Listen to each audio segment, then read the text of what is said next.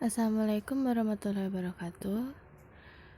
Di pertemuan kali ini kita akan membahas mengenai memahami bentuk penyajian relasi.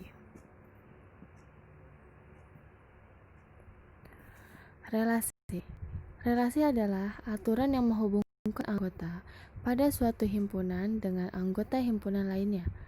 Relasi dari himpunan A ke himpunan B menghubungkan anggota-anggota himpunan A ke himpunan B. Relasi dalam kehidupan sehari-hari. Dalam matematika, relasi berfungsi untuk menyatakan suatu hubungan tertentu antara dua himpunan. Misalnya, hubungan antara siswa dengan kegemarannya, hubungan orang tua dengan penghasilannya, hubungan antara anak dengan mainan kesukaannya, dan sebagainya.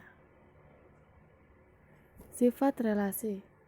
Relasi bisa diartikan suatu aturan yang menghubungkan anggota daerah asal atau domain dan anggota kawan atau kodomain. Dalam relasi, tidak ada aturan khusus yang harus dipenuhi untuk memasangkan anggota himpunan daerah asal ke daerah lawan. Setiap anggota himpunan daerah asal bisa mempunyai pasangan lebih dari satu atau boleh juga tidak memiliki pasangan sama sekali. Bisa kita lihat di sini contoh gambarnya.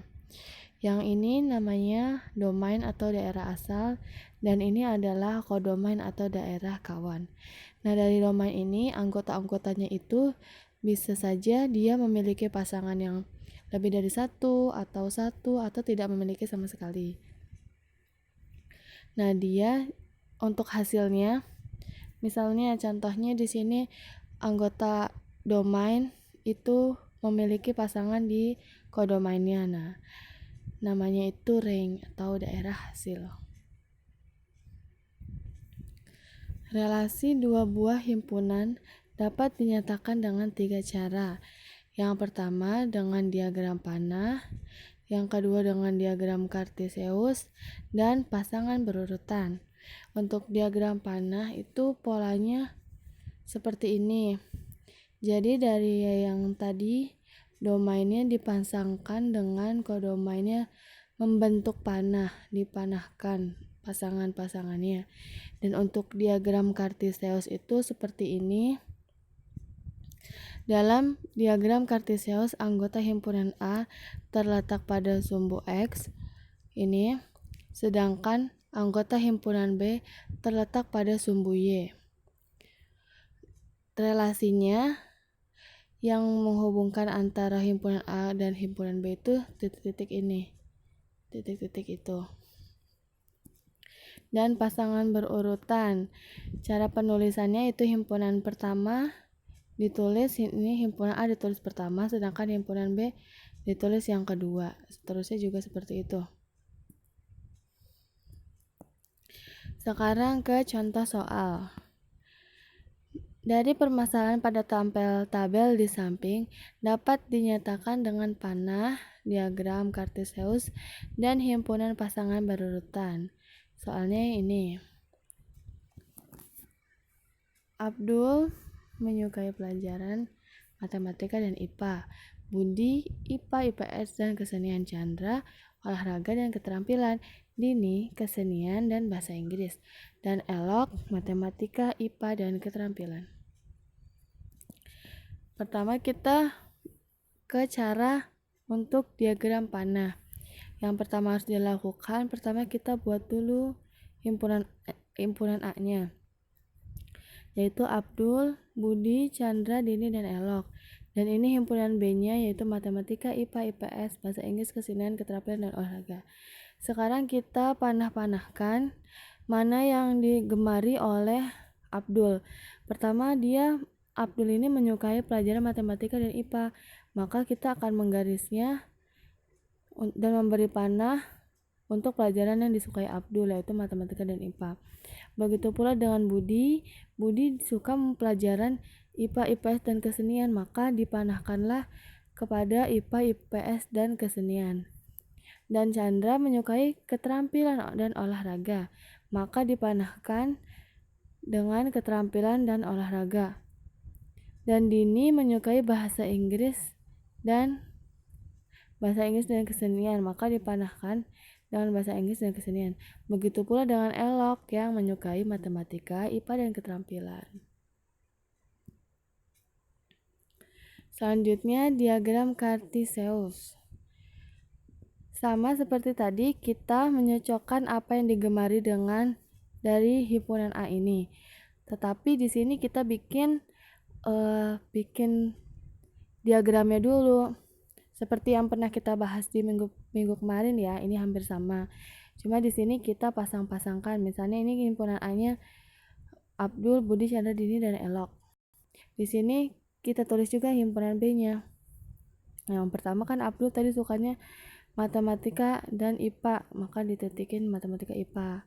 Budi sukanya tadi IPA IPS. Chandra sukanya keterampilan sama olahraga.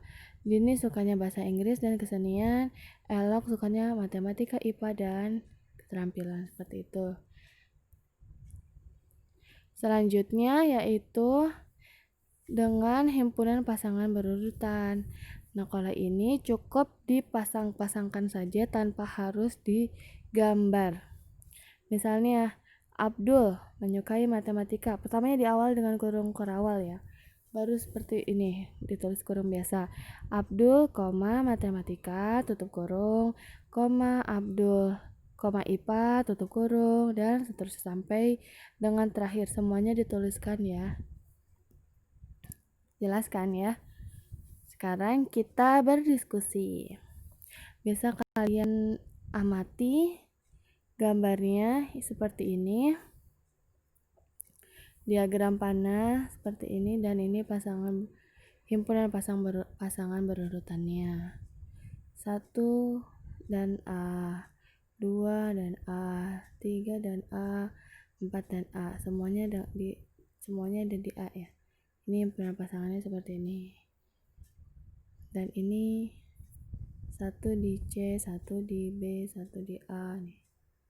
Seperti ini himpunan pasangannya. Begitu pula dengan ini. 2 dengan C, 1 dengan A, 1 dengan A, dan 2 dengan C.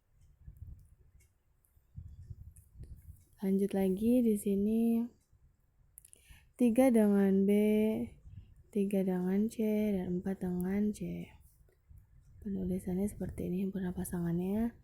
Lanjut lagi nomor 5-nya 2 dengan C, 3 dengan B, 4 dengan C. Seperti ini himpunan pasangannya. Begitu pula dengan yang selanjutnya ya, bisa diamati sendiri. Nah, pertanyaannya, mengapa semua contoh pada tabel 3.1 dikatakan relasi? Dan apakah ada contoh yang bukan relasi? Coba kalian amati, perhatikan dengan baik ya. Apakah di sini ada yang bukan relasi? Atau jika misalnya relasi semua, kenapa bisa dikatakan relasi semua? Seperti itu. Sedikit ya kon. Bersama-sama kita diskusikan ya di grup WhatsApp. Dan untuk tugasnya sudah saya kirimkan di Google Classroom. Mengumpulkannya di Google Classroom ya. Paling lambat dikumpulkannya minggu depan. Terima kasih. Nah, jika teman-teman semua ada yang ingin ditanyakan, boleh ditanyakan kepada saya langsung. Oke, terima kasih. Sekian dari saya. Wassalamualaikum warahmatullahi wabarakatuh.